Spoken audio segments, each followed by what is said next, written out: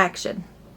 Hi, I'm Jeff Kline. They call me J.B. Kline, and that's named after my great-grandfather, who purchased this property and the adjoining properties back in the 1800s. And at that time, they had a lady who lived in the middle apartment, I think it was, by the name of Matilda. They called her Aunt Matilda, and she was sort of a nut. And so she was really old, and part of the agreement, because they were sort of friends of the family or whatever, as far as I know, just from what was told down over the generations, is that she had to be allowed to live there until she passed away. And she was already old. She played the piano. After a while, she just didn't go out very much, and she was just sort of crazy. This is the stuff that my father told me, like when I was a little kid. As a matter of fact, when I was a little kid, the middle rooms in here were old bedrooms from the 1800s, and they still had the old beds in them and everything. And we just tore them up back in the late 60s, early 70s, when we made that into a big apartment in there, which is where my daughter lives right now. And every once in a while you can hear some weird sounds around here, and some of it is piano playing, and that's why the legend of Aunt Matilda sort of just grows. And I'm not a big ghost believer, so I don't get scared. I figure she's probably friendly. I'm hoping she is anyway, because that's so I can be in here every day doing my thing, which is, as you can see, we have a music store and we sell vintage instruments. And we've had a business here since 1875, which is when my great-grandfather bought the property. And my family goes back into the 1600s around here. And my great-great-great-great-great-grandfather was the first governor sent over by the king. And his son was the first governor ever born in this country, of New Jersey, that is. And his name was John Redding. And we've been around here ever since then. And my grandfather was the mayor of Lambertville, which is where we are located. And that's about the whole story right now. I'm a musician. I played with a lot of sort of famous people like J.B. King and Marshall Tucker and all kinds of people like that. And I have my own band now. And we play, and during the day I run this store.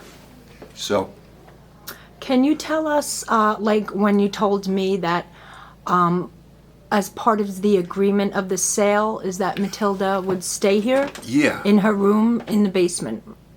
Like just kind of give them an idea where the room is located and okay. stuff. Down in the basement there was, that's really still really old, and it's still the original shelving and things down there that were put in the 1800s. And there's a stairway there that goes up to the upstairs, which is now blocked off. And nobody's been up those stairways since they blocked them off when they turned that into a store, and I think that was in the late 1800s. And we used to go over there. When I was a little kid, we would go over by those stairs and listen, and we would hear piano playing. And it was the strangest thing. And my daughter says that she still hears that kind of thing today. Now, her apartment is where Aunt Matilda's bedroom used to be. And I'm not sure exactly which room it was in, but I think it was in one of those old bedrooms, which we tore up back in the 60s. And those were made into the room which is now Elaine, my daughter's bedroom. So that's why it's a little bit, eerie. And also you can mention that other people have also experienced stuff besides, like, remember the kid you had here?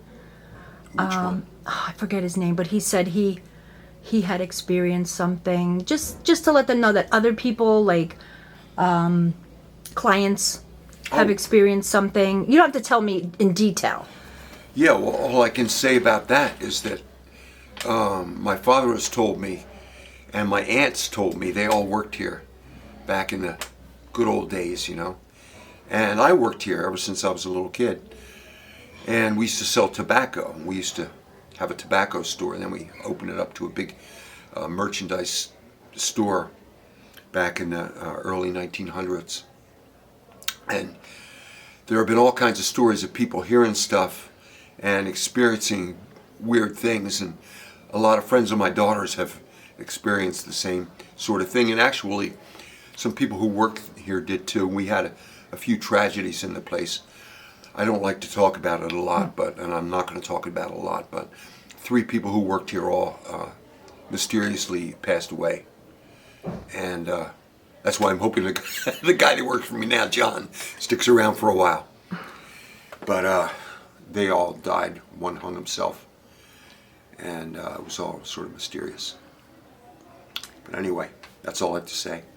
And the address? Oh, 25 through 29 Bridge Street, Lambertville, New Jersey. Okay, thank you. Yep.